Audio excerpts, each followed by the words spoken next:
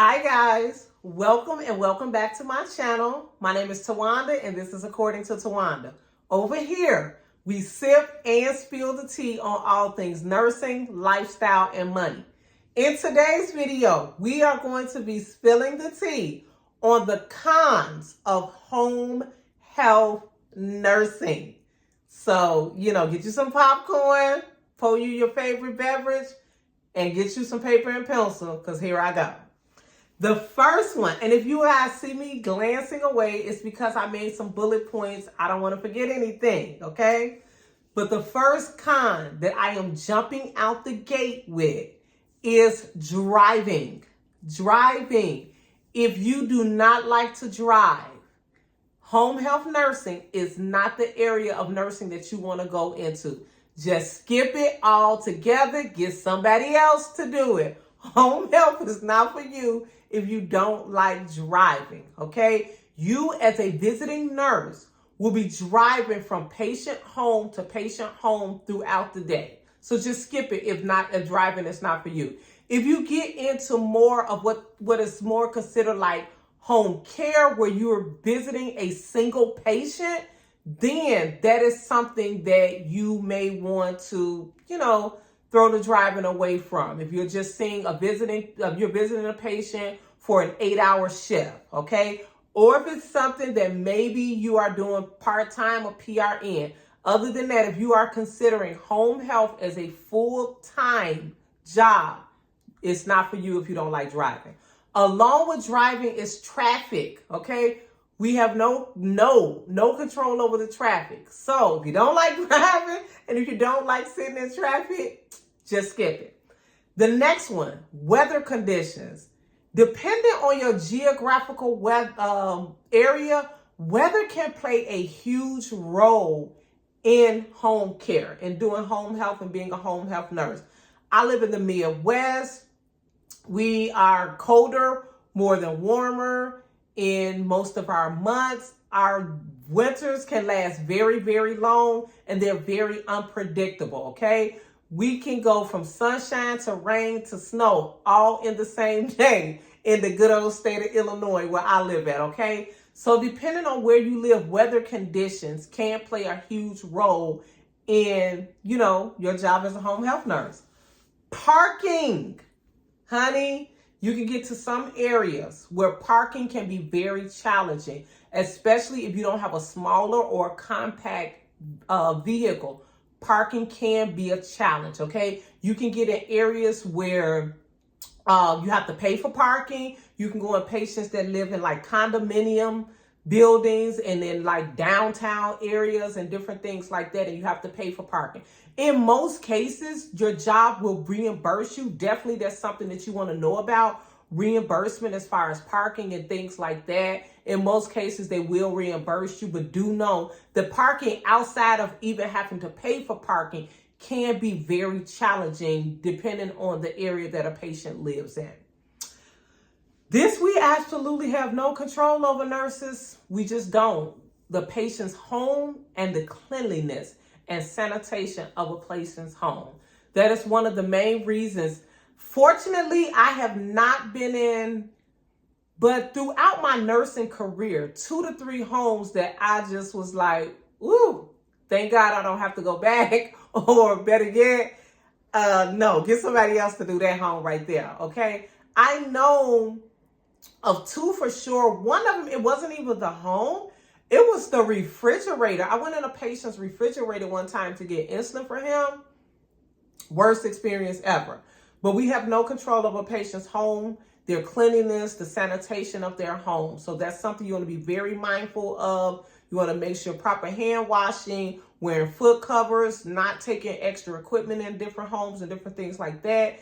If I have a short on my channel that I feature my home health bag that I think is the absolute greatest bag for a home health nurse, catch that short, and I'm going to be making a designated video to that as well.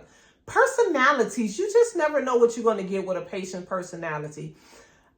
The average patient is very welcoming, that you're there in their home, but depending on the illness and family dynamics, You never know the type of personality that you're going to encounter with either patients or family members. So that's something to consider. Pets.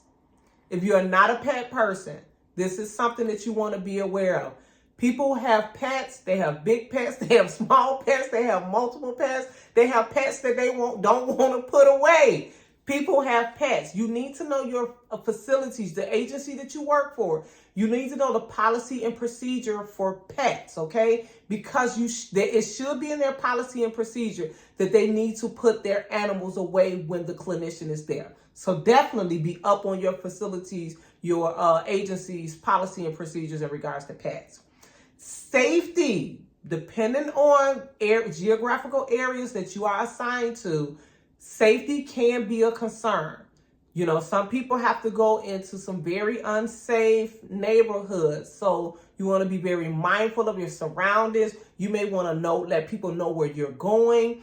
You may want to share your location with somebody, and not just the area that people live in, but you can get into unsafe home environments, okay? You never know if somebody in that home has mental illness.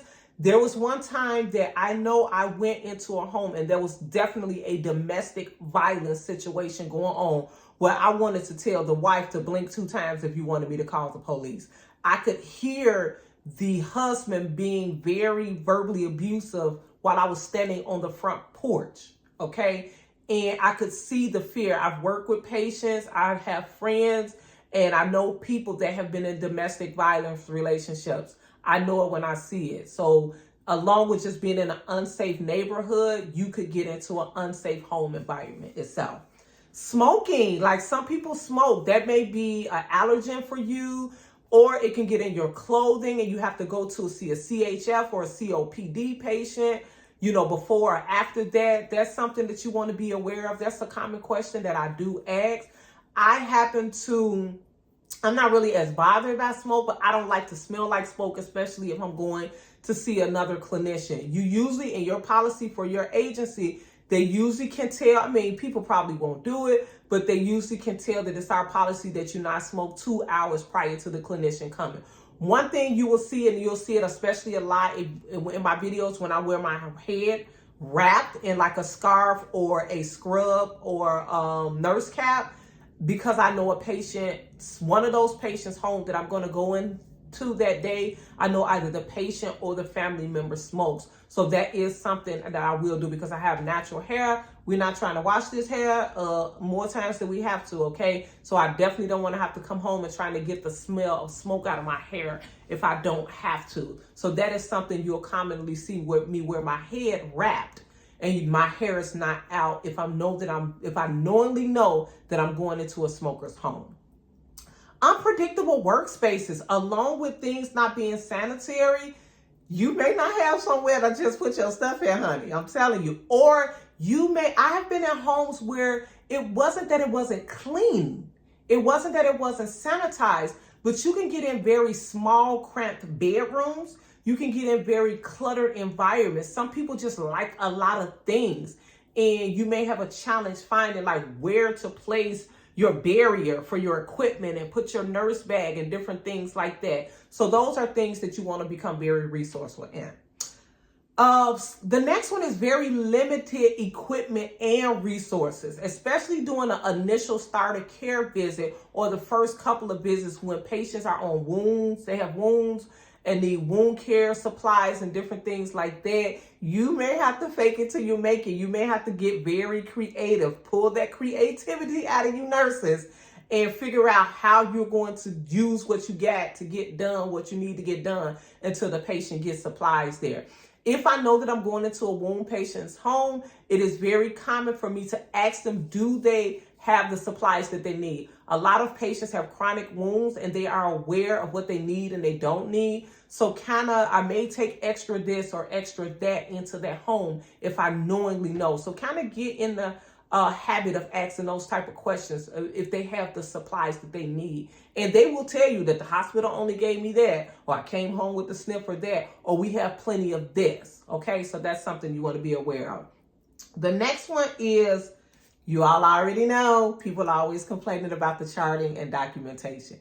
There is a significant amount of charting and documentation that goes along with home care, okay? Especially the start of care visit has just about the most. But you will be documenting and communicating with other clinicians, family members, patients will be calling you, doctor's office will be calling you. You'll be relaying things to nurses that work with doctors, nurse practitioners, and things like that. All of those communications need to be documented. If a patient is calling complaining of nausea, vomiting, diarrhea, excessive pain, you need to be documenting that. You need to document what your intervention was and the outcome of that. So home health nursing comes with a lot of documentation. And unlike working somewhere at a shift, at a hospital, a SNF, a post-acute facility, in a facilitated environment, you do take your homework, your paperwork home with you. If not all of it, at least some of it. You're going to take a fraction in most cases. Some clinicians are very, very good in doing the bulk or a pretty significant amount of their charting in the home, or they go stop it. I used to be years ago, when I used to do home health years ago, I used to love to go to the library and do my charting. The library was about maybe 3 or 4 blocks from my house. I would go do my charting, and then I would go home. So, that's something, but you will be doing charting, okay? You're going to be doing a lot of charting and home care. The next one that people don't think about when getting into home care is car maintenance. If especially whatever car you're driving, because you're going to be using much more mileage, okay, on your car than if you were working in a facilitated environment. So that is going to require more car maintenance and more miles on your car. Some people have a vehicle that they use just for home health, that they've purchased, spent a few $1,000s on it, and just keep it putt-putting until they can get, and make it through the job, okay? I happen to use one of my oldest and smallest cars as my home health work car.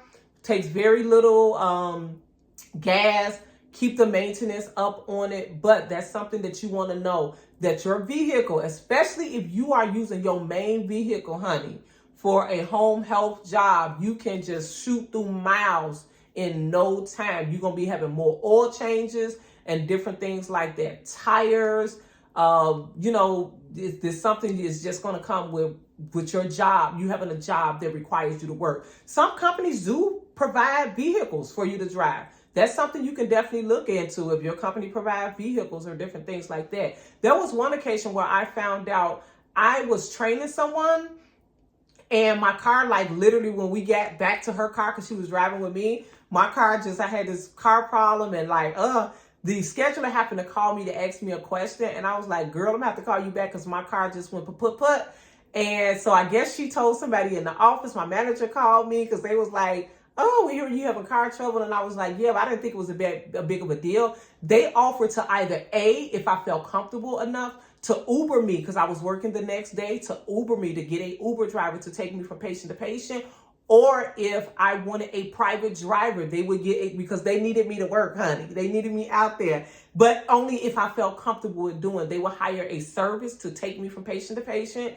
They would hire a Uber driver to take me to patient. Or if I needed time, if my car was going to need additional repairs, they offered to rent me a car. So find out what your company offers in cases like that. If you are not strong at educating patients for medical diseases and different skills, home health is not for you. You may want to take some time and brush up on your skills with educating patients and family members, okay?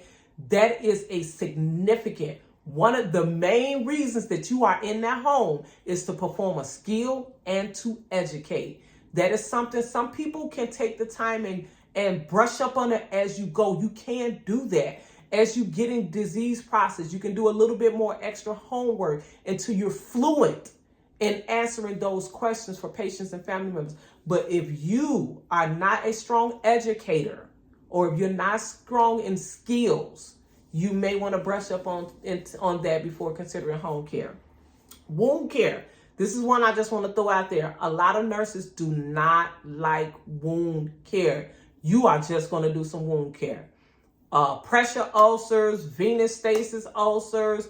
If you are not, especially if you are not good at wound vacs, it is very common, very, very common that you're going to have patients that have wound vacs, and they require wound vac changes in most cases 3 times a week, especially if you're a case manager. Just imagine if you have 2 of those, you're definitely going to be doing that, multiple times a week. So you definitely want to sharpen up your skills or let your company know this is something that you lack in, you're not as strong in. So you're going to need additional support and additional training in that. The last one that I'm going to mention, if you don't like working independently, if you thrive more in a facilitated environment, if you thrive more working with a team in a team setting where somebody can help out, where somebody can be a resource to you. Now, there is support in offices. In your office, you should have a clinical manager. In most places, there is an on-call manager. There are resource nurses and different things like that that can help troubleshoot and help you get through situations and scenarios. But if you don't like working in by yourself independently and making tough decisions and in the moment, here and now decisions, that is something you definitely want to take in consideration before going into home care. That there's a lot of autonomy, but some people, that is not their strong suit. They perform better as working with a team. So that's all I have for you all today. If you have anything to add to this conversation, if you have any more cons to home health nursing, please, please, please, please put them down in the comments so we all can, be aware of them. Like, comment, and subscribe for more content like this. This is According to Tawanda. I am Tawanda, and over here, we sip and spill the tea on all things nursing, lifestyle, and budgeting. Until next time.